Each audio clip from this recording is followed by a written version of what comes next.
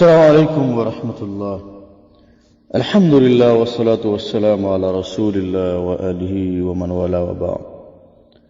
أعوذ بالله من الشيطان الرجيم. واتقوا الله ويعلمكم الله. وعن جابر قال ذبح النبي صلى الله عليه وسلم يوم الذبح كبشين أقرنين أملحين موجوئين، فلما وجههما قال إني وجهت وجهي للذي فطر السماوات والأرض على ملة إبراهيم حنيف وما أنا من المشركين، إن صلاتي ونسكي ومحياي ومماتي لله رب العالمين لا شريك له وبذلك أمرت أنا أول وأنا من المسلمين. جابر وی چې نبی صلی الله علیه وسلم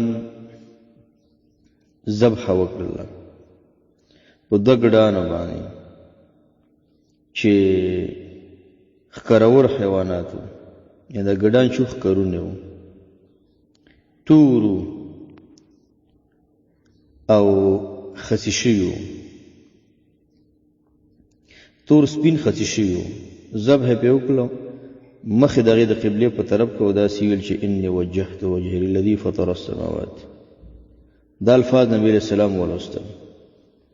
بیا دې کې نبی اسلام داسې الفاظ ویلي دي چې اللهم هذا منك ولك عن محمد و امته. بیا ویل بسم الله والله اکبر.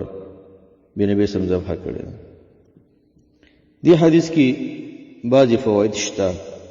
موجوئین دا تسنیه د موجود د صيغه د اسم مفعول ده. د وجانا محمود الله دې خسي کولو ته ویل کېږي. د حیوان هغه رګونه ټکول یا بعینه د هغې ټکول، دې د خسي کول وایي. شهوت د دې سره ختم شي. لکه بل روایت ته معلومیږي فانه له وجاء، حدیث په دلیل دی. حیوان خسي کول بعض علما دې له مکروه وایي، خو راجح قول ده مکروه نه، ځکه نبي علیه السلام په خسي حیوان باندې کړی ده. بعض یو مکروه په دې چې اندام کې نقصان دی، لیکن دا داسې نقصان نه دی چې عیب وي، بلکې کم حیوان چې خسي دغې غوښه مزیدار دی. امام خطابی نه دا خبره نقل ده. بله خبردار که څوک چې دا نقصان دی، دا خو تعلیل په مقابل د نص کې راځي. نبي علیه السلام پرې کړې ده، علت ذکر کولو په هېڅ ضرورت نشته دی. مسله کې به اختلاف شته چې حیوان خسي کول څنګه دي او کم وخت کې به حیوان خسي شي. خو نبی علیہ السلام په داسې حیوان قرباني کړي چې خسي شوی و. ممکن نبی اسلام دا اغستې بل چا خسي کړي، ممکن دا فطري هم داسې.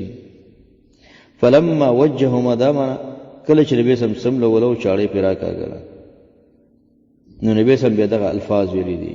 دا مخکې چې ذکر شو، معلومیږي دغه الفاظ ویلم سنت طریقه ده. خو دې کې دا الفاظ هم دي چې وعن امت محمد، دا الفاظ به نه وایي، ځکه دا د نبي خصوصیت دی چې د خپل امت له طرفه یوه قرباني نبی علیه السلام کوي. دا د نبی اسلام ځانګړتیاوې دي. وفاء الوفا د امام سمهودي کتاب دی، هغې کې نبی اسلام 200 خصوصیات لري. نو دا حدیث په دې باندې دلیل دی چې دغه الفاظ ویل سنت طریقه ده ذبح په حالت کې. وعن حنش قال رأيت علي يضحي بكبشين. حنش وی رحمه الله ما وی علي ولد زلنه چې په دوه ګډانو باندې قرباني کوله. فقلت له ما وجه ما هذا، دا څه شی دی؟ فقال غير شيء ان رسول الله صلى الله عليه وسلم اوصاني ان اضحي عنه. وی ما ته نبی رسول الله توصیه کړې چې هغه طرفه قرباني کوم، فانا اضحي عنه، زه ترې قرباني کوم. دا روایت امام ترمذي ابو داود نقل کړی دی. حنش بن المعتمر یا حنش بن ربيع الكناني ابو المعتمر الكوفي من اوساط التابعين دی. حافظ دی په تقریب کې و صدوق له وهام. دارنګه امام ابو داود نور و غیره تصقه ویلي. امام بخاری د حنش پر رابطه و يتكلمون في حديث علماء، دا حدیث پر رابطه خبرې کوي. امام نسائی و چې ليس بالقوي. ابن حبان و چې كان كثير الوهم في الاخبار ينفرد عن علي باشياء لا تشبه حديث الثقات حتى صار ممن لا يحتج بحديثه. ابن جاروس ساجي ابو العرب ډیر علماء دا په ضعفاو کې شمیر لري. ابن حزم وایي چې ساقط دی دروي. په دې حدیث کې مسله د ایصال الثواب ذکر شوې ده، د بل چا له طرفه قرباني کول د جایز ده که جایز نه. نو په دې کې تحقیقي قول دا دی چې د بل چا له طرفه قرباني څوک نشي کولی. دلته علي رضی الله چې کوم کار کړی، یو دا دی چې دا حدیث سند لحاظ سره صحیح نه دی.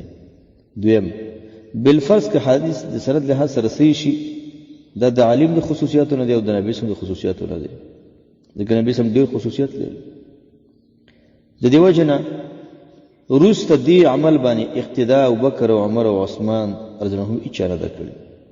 د دې وجه نه کوم خلک چې د نبي اسلام په نوم باندې مستقله قرباني کې د سنت عمل نه دی، وروسته په صحابهو کې تابعینو کې دې کار ته چا کار نه دی ویلی. د دې روایت باره کې دوه خبرې مونږ وکړې. روایت سند لحاظ سره ضعیف دی، بالفرق که څه شي نو د علي خصوصیت دی رضی الله عنه، د هغې دا کار بل چا نه دی کړی. پاتې د مړي نه قرباني کول که وصیت یې کړی اتفاقا جایز ده. یو څوک په ژوند وصیت وکړي که زه مړ شم او قرباني کوي، بس دا وصیت دی، وصیت چې د شریعت د اصولو مخالف نه قرآن سره کولی شي. دویمه خبره دا ده، دویمه خبره بله خبره په دې کې دا ده که چېرته بیا هم یو څوک قرباني کوي د مړي له طرفه، د دې د حل لنډه لاره دا ده چې یو حیوان دې واخلي او ګاونډي له دې ورکړي، هغه دې قرباني کړي، بس دا کس قرباني شو، ستا د مړي په صدقه شو. دا یو ښه لاره ده. خو مستقله قرباني په دې نه شي چې قرباني خو واجب ده که او څوک چې کله مړ شي بیا باندې واجب پاتې نه وي، واجب په ژوندي، ځکه دا حکم تکلیفي دی. حکم تکلیفي خو یو موجود انسان ته متوجه کیږي. څوک چې وفات یې هغه په صدقه کولی شي، بس صدقه ده. یو حیوان والا بل چا له ورکړه، د هغه به قرباني شي، ستا مړي په صدقه شو. چې کله وصیت نه یې کړی نو ظاهر قول دا ده چې بیا قرباني په کار نه ده. سیده بعض علما فقط په صدقې عمل کوي. بیا اختلاف په دې کې نه بالفرض یو چا وکړه قرباني د مړي پسې، دا غوښه به خوري که نه به خوري. مبارک پوري صاحب وایي چې دې کې احتیاط دی کې د بچوی نه کړي، دا غونډه صدقه کې دې کې خیر دی. دویم قولدار به د عامه صدقه ده، بل څوک دې خوراک کولی شي. یعنې د مړي نه قرباني څو صورته شو، که وصیت یې کړی جایز ده، که وصیت یې نه یې کړی کول یې په کار نه دی. بالفرض که څوک ځواني کوي چې زه یې کوم او جذبه کې اقتصادي ښي، بس یو ګړ په ځای لس ګډانو والا خو بل چاته یې ورکړه چې بل څوک یې قرباني کوي چې دغه د قرباني طاقت نه وي، دغه به قرباني شي، ستا د مړي پسې صدقه. د یو ښه